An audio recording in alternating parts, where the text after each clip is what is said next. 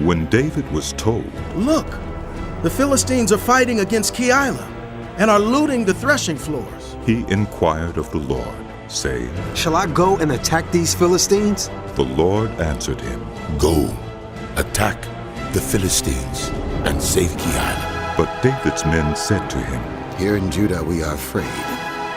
How much more than if we go to Keilah against the Philistine forces?"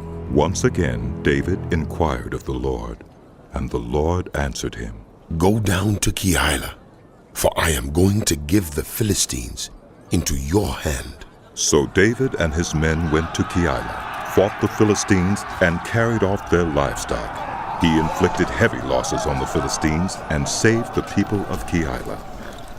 Now Abiathar, son of Ahimelech, had brought the ephod down with him when he fled to David at Keilah. Saul was told that David had gone to Keilah, and he said, God has delivered him into my hands, for David has imprisoned himself by entering a town with gates and bars. And Saul called up all his forces for battle to go down to Keilah to besiege David and his men.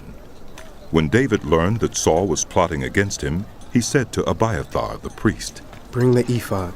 David said, "Lord God of Israel, your servant has heard definitely that Saul plans to come to Keilah and destroy the town on account of me.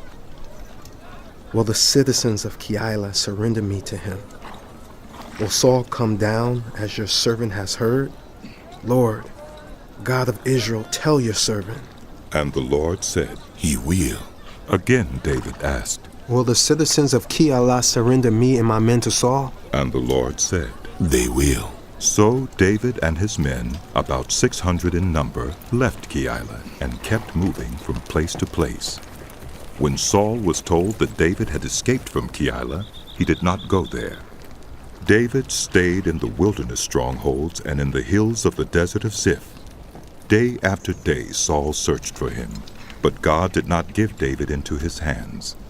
While David was at Horesh in the desert of Ziph, he learned that Saul had come out to take his life.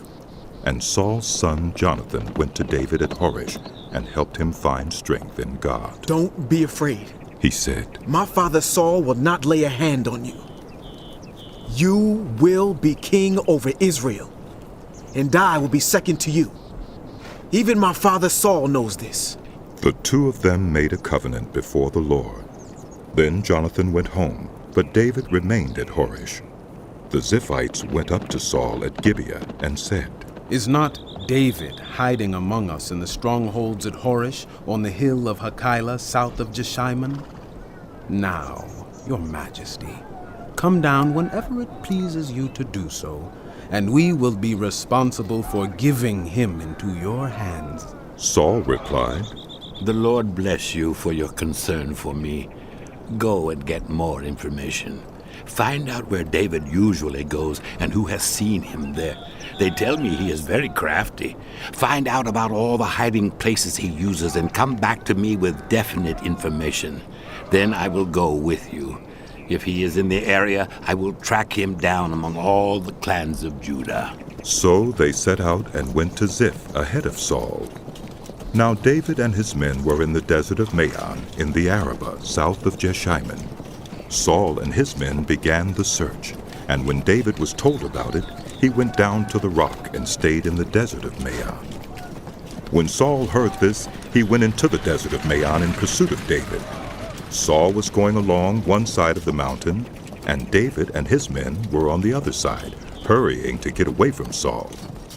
As Saul and his forces were closing in on David and his men to capture them, a messenger came to Saul, saying, "Come quickly! The Philistines are raiding the land!" Then Saul broke off his pursuit of David and went to meet the Philistines. That is why they call this place Selah Hamalakoth. And David went up from there and lived in the strongholds of En-Gedi.